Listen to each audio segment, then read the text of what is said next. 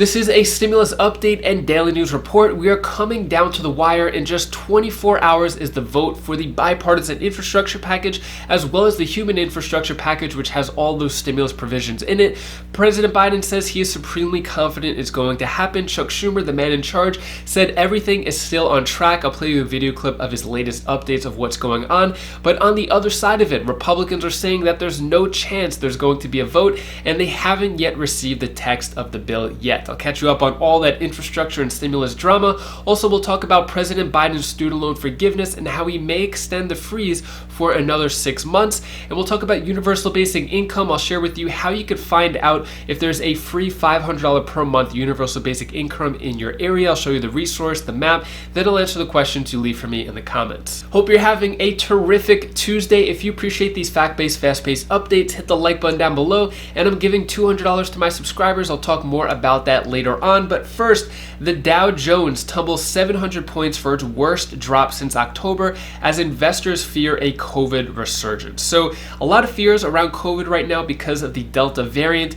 and a lot of people sold off their Dow Jones index, and which dropped 700 points, as well as the stock market in general. If you follow it, a lot of red yesterday.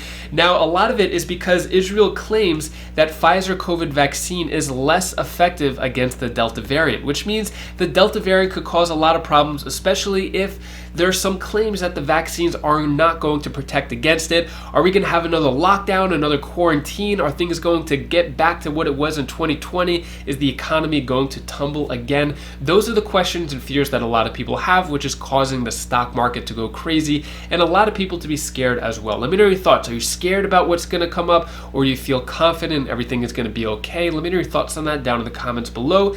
Next, let's talk about universal basic income. So universal basic income, California moves to be the first state in the US to fund pilot efforts. So this was a $35 million project, which is going to support a lot of different universal basic income programs across the counties and cities in California. So universal basic income is basically a way to get free money on a monthly basis, and you don't have to do anything for it. They just give you the money. If you don't have to make a certain amount or anything. Nothing to do with stimulus. It's basically just free money. So that's what's going on in California, and you may be sent $500 per month in universal basic income payments as push for cash gains momentum. So this is becoming more popular, not just in California, but across the country, as well as across the world in more developed nations.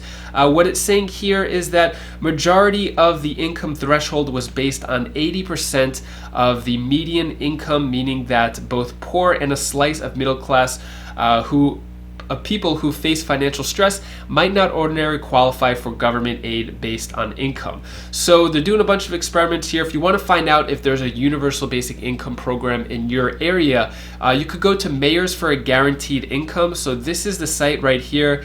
It's a bunch of mayors who are in support of having guaranteed income or universal basic income in their city, and they want other people to do this. It's a growing movement. You could check to see if there's anything going on in your area.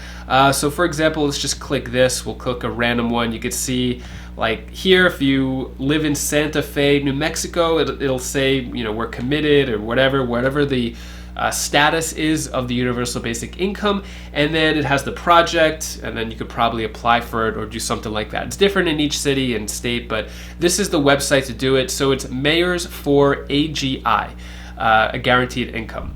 So yeah, you could check that out. Next, let's talk about what's going on with all this stimulus drama. So Chuck Schumer sets up Wednesday infrastructure showdown. Definitely is a showdown. Chuck Schumer, very confident that everything is still according to plan. Republicans, not so much. I'm going to play a video clip of Chuck Schumer first saying what's the status, what's going to happen moving forward, and then I'll let you know how the Republicans are saying they have a different idea of how this is going to look moving forward. First is Chuck Schumer. Now, let me go to infrastructure. We are really making good progress on our two-track strategy. You can ask my colleagues here. We had a great caucus discussion. Views were discussed, but the unity in our caucus, that we all know that the worst outcome for the American people is for us to do nothing,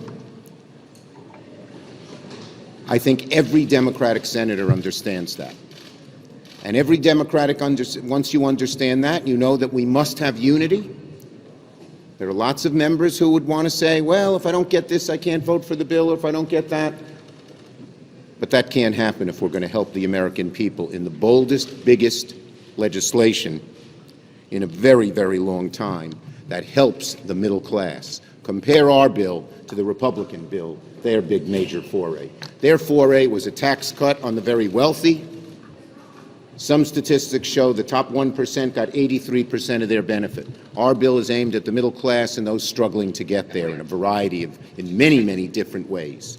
And I really salute Joe Biden for putting it on the table, and I salute my colleagues for making new additions that they want to put in that bill. The federal government has not made and on the bipartisan infrastructure bill, we're moving forward.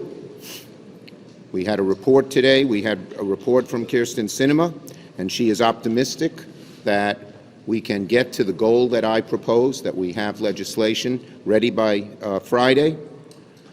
Our infrastructure, with the largest economy in the world, our infrastructure is 13th. And so we need to do that. So it's time to rebuild our infrastructure, create millions of good-paying jobs, particularly for those who've been unable to get those jobs, help American families keep up with rising expenses, and deal with the scourge of global warming, which Patty just saw in her state. To hear that it was 115 degrees in Portland, Oregon, must make everybody.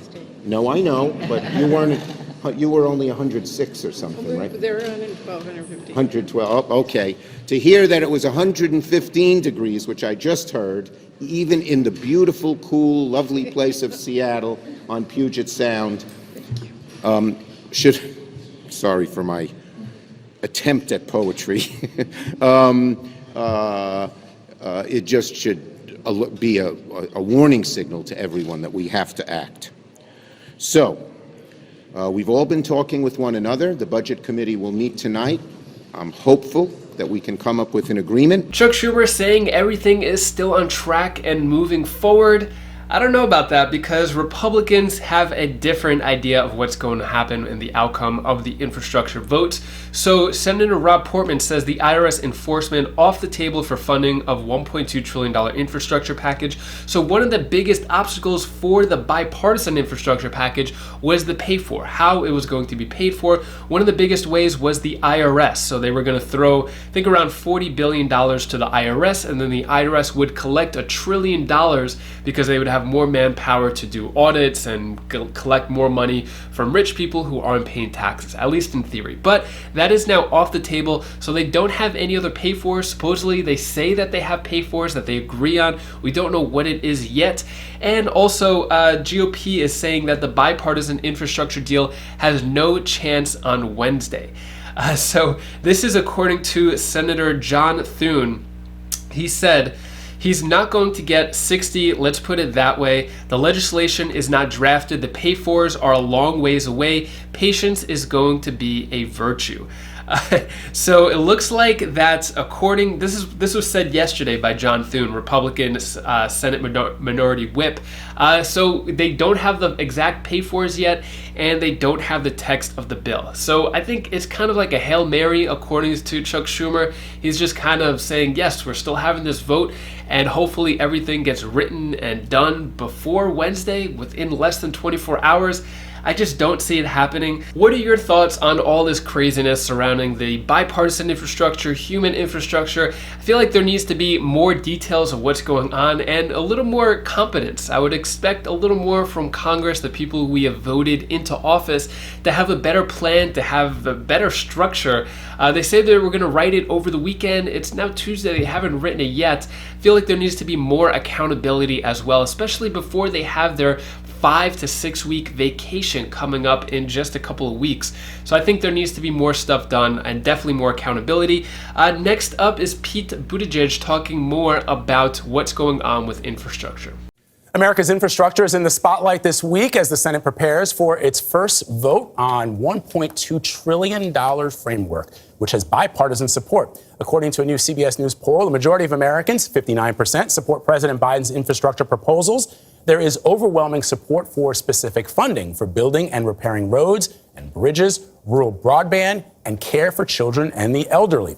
Only on CBS This Morning, our Errol Barnett spoke with Transportation Secretary Pete Buttigieg about the urgency of getting this done. There's always been a federal role, and the federal role has been underfunded, and you can see it and feel it. For months, Transportation Secretary Pete Buttigieg has been increasing pressure on Congress to act on improving the nation's aging transit network. Last week, swinging through Oregon, Arizona, and Illinois, touting regional benefits of federal investment. Not one of our airports is in the top 25 airports around the world. And altogether, it adds up to a country that has fallen out of the top 10 in infrastructure. If we allow that to continue, we cannot be the world's leading economy for much longer. The devil's going to be in the details. Republican Congressman Rodney Davis represents Central Illinois and voted against the $715 billion House infrastructure bill, which passed earlier this month. Was nothing but partisan, and it would unfairly punish rural America at the expense of urban America with some of the policies that were listed in that bill. So I'll keep you up to date of what is the latest going on with this infrastructure package. Moving forward, let's talk about student debt, student loan forgiveness, the freeze. So another college cancels student debt. So this new college is South Carolina State University, and it's going to cancel $9.8 million of student debt for 2,500 students. So they got this from stimulus money. They got $4 million from the CARES Act, and then $5.8 million from the American Rescue Plan, and they're just throwing it back to their students to help pay off their debt. Now, this isn't really part of Biden's plan. President Biden so far has canceled $1.5 billion in student loan debt so far. It doesn't mean broad forgiveness will come soon. So in terms of all the student loan debt that he has forgiven, so he's canceled nearly $56 million in student loan debt for 1,800 borrowers, bringing the administration total of $1.5 billion erased. So this was early July that he did the $56 million. Now, these are different than this big student loan forgiveness program that he campaigned on and that he sort of talked about, hasn't really spoken about it a lot. It's more the senators who want to have the money canceled and forgiven. So as Biden mulls vast student loan forgiveness, he's urged to keep loans frozen. So in regards to student debt forgiveness, still nothing. A lot of the senators are saying that they wanted that done through executive order with $50,000 of federal student loan forgiveness done. Still no action on that. Chuck Schumer, Elizabeth Warren still coming out and saying it needs to be done with a flick of the pen, executive order. So far, President Biden said he is not doing $50,000. He may consider $10,000, but when? That's the big question. He campaigned on it. He promised.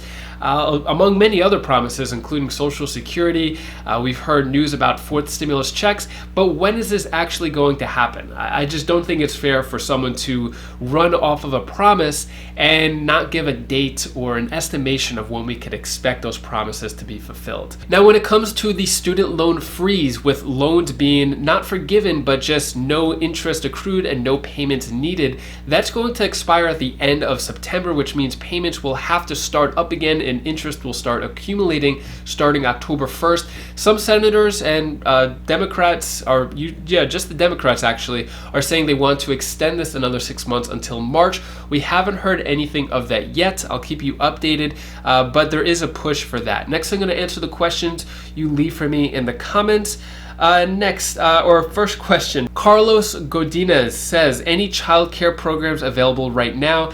It's right now it's on a state-to-state basis, county-by-county basis. There are some local programs, but as far as a federal program, that's going to be in the Human Infrastructure Reconciliation Bill whenever that passes. We're still waiting to hear the details on that, but the free child care would be in that, universal child care. Next question, Melissa Parisho asks, if parents are divorced and rotate claiming children for tax credit every other year, does the parent that gets the tax credit this year, $250 a month, have to pay back the credit the following year since they do not claim the children? I'm hearing mixed answers on this, so I'm not sure who the parent would have to pay it back to, but basically, this year, the child tax credit is a lot more than it was last year. The previous year was $2,000. This year, it's an advanced credit, so you're getting that $3,000 if you're talking about the $250 a month.